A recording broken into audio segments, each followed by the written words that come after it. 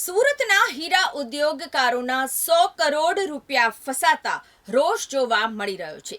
Cyber ફ્રોડની આશંકાના કારણે bank account seize કરવામાં આવ્યા છે। આ સમગ્ર કેસમાં બેંગ્લોર અને હૈદરાબાદ પોલીસે એકાઉન્ટ સીઝ કર્યા હોવાથી વેપારીઓમાં ભારે રોષ જોવા મળી રહ્યો છે।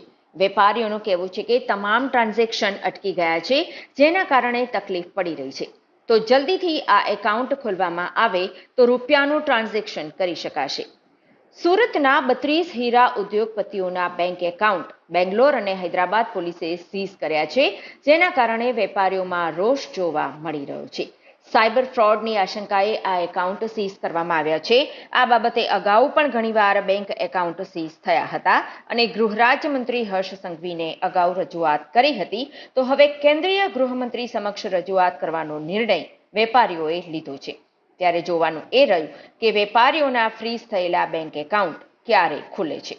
વિશ્વના 90 હીરા જ્યાં પોલિશિંગ થાય છે તે સુરત મંદીનો માર હાલમાં ઝીલી રહ્યું છે। રત્ન કલાકારો બેરોજગાર બનતા તેમની હાલત કફોડી બની ગઈ છે અને સરકાર સહાય કરે તેવી માંગ ઉઠી છે। ત્યારે 50 વર્ષના ઇતિહાસની સૌથી મોટી મંદીના અલગ અલગ કારણો ઉદ્યોગકારો કહી રહ્યા છે। ત્યારે હવે મોટી સંખ્યામાં રત્ન કલાકારોએ સુરત જિલ્લા કલેક્ટર કચેરીએ પહોંચીને વિરોધ નોંધાવ્યો હતો। હાથમાં પ્લે કાર્ડ સાથે રત્ન કલાકારો આવ્યા હતા અને સરકાર પાસે આર્થિક સહાયની માંગ કરી હતી। આર્થિક મંદીથી રત્ન કલાકારોની હાલત કફોડી બની છે। રત્ન કલાકારોના વધતા આપઘાતના બનાવને લઈને રત્ન કલાકારો હવે મેદાનમાં ઉતર્યા છે। સુરતના હીરા ઉદ્યોગમાં ભારે મંદીને પગલે સરકાર તાત્કાલિક મદદ કરે તેવી રત્ન કલાકારો માંગ કરી રહ્યા છે। જો અમારી માંગ નહીં સંતોષાય તો તારીખ 30મી માર્ચે રત્ન કલાકારોની હડતાળ કરવાની ચીમકી પણ છેલ્લા 3 વર્ષની અંદર સુરત શહેરની જેમ્સ એન્ડ જ્વેલરી સેક્ટર સાથે સંકળાયેલા ઉદ્યોગપતિઓના 300 કરતાં વધારે ખાતાઓ સાયબર ફ્રોડના નામે સીઝ કરવામાં આવ્યા છે। અગાઉ પણ ગુજરાત રાજ્યના ગૃહમંત્રી એવા હર્ષભાઈ સંઘવીએ મદદરૂપ થયા હતા અને એ વખતે એમની મદદથી પણ ઘણા ખાતાઓ ઓપન કરવામાં આવ્યા હતા।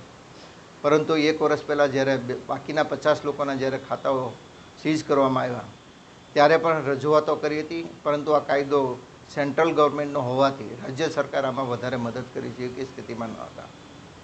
ગઈકાલે પણ 30 કરતાં વધારે બેંકોના એકાઉન્ટ સીઝ કરવામાં આવ્યા છે। ખાસ કરીને આંધ્રપ્રદેશ અને કર્ણાટકના પોલીસ સ્ટેશનોમાંથી HDFC બેંક, ઇન્ડસ્ટ્રીયલ બેંક અને ICICI બેંકને સૂચનાઓ આપવામાં આવી છે કે આ લોકોના ખાતાઓ સીઝ કરવામાં આવે, ટ્રાન્ઝેક્શન અટકાવી દેવામાં આવે। ભારત સરકારે ત્રાસવાદીના પૈસાને ટ્રેક કરવા માટે કાયદો પાસ કરેલો અને કાયદાના આધાર ઉપર સાયબર ક્રાઇમ ડિપાર્ટમેન્ટને પાવર આપેલો કોઈપણ કંપનીનું એકાઉન્ટ ચેક કરી શકે છે। આનો દુરુપયોગ અત્યારે સંપૂર્ણપણે થતો હોય એવું અત્યારે દેખાઈ રહ્યું છે। વેપારીઓ સાથે ત્રાસવાદી જેવું વર્તન કરવામાં આવી રહ્યું છે। પૈસા પડાવવાનો ધંધો છે। અગાઉ પણ પૈસા આપીને જ લોકોએ પોતાના એકાઉન્ટ સ્ટાર્ટ કરાવેલા। પોલીસ સ્ટેશનમાં વાત કરીએ છીએ તો અલગથી અલાયદા નંબર આપવામાં આવે છે। એ અલાયદા નંબર સાથે તમે વાતચીત કરો તો સીધી પતાવટની વાત થાય છે। અગાઉ પણ લોકોએ આર્થિક વ્યવહાર કરીને પોતાના એકાઉન્ટે ખોલાવવામાં આવ્યા। કઈ રીતે રજૂઆત કરાશે? આ બાબતે અમારા ઇન્ડસ્ટ્રીના આગેવાન અને ભારત સરકારના રાજ્યસભાના સાંસદ ગોવિંદભાઈ ધોળકિયાજી કે સાથ પણ બાતચીત થઈ હતી અને આ વાતચીતના આધાર ઉપર એક સારું વ્યવસ્થિત એક વકીલ આગળ પ્રેઝન્ટેશન અમે તૈયાર કરાવવા જઈ રહ્યા છીએ। એ પ્રેઝન્ટેશન તૈયાર થાય એટલે ભારત સરકારના ગૃહમંત્રી અમિત શાહજીને અમે આ બાબતે રજૂઆત કરવાના છીએ અને આમાંથી કાયમી મુક્તિ મળે એવો કોઈ રસ્તો કાઢે એવી વિનંતી કરવાના છીએ।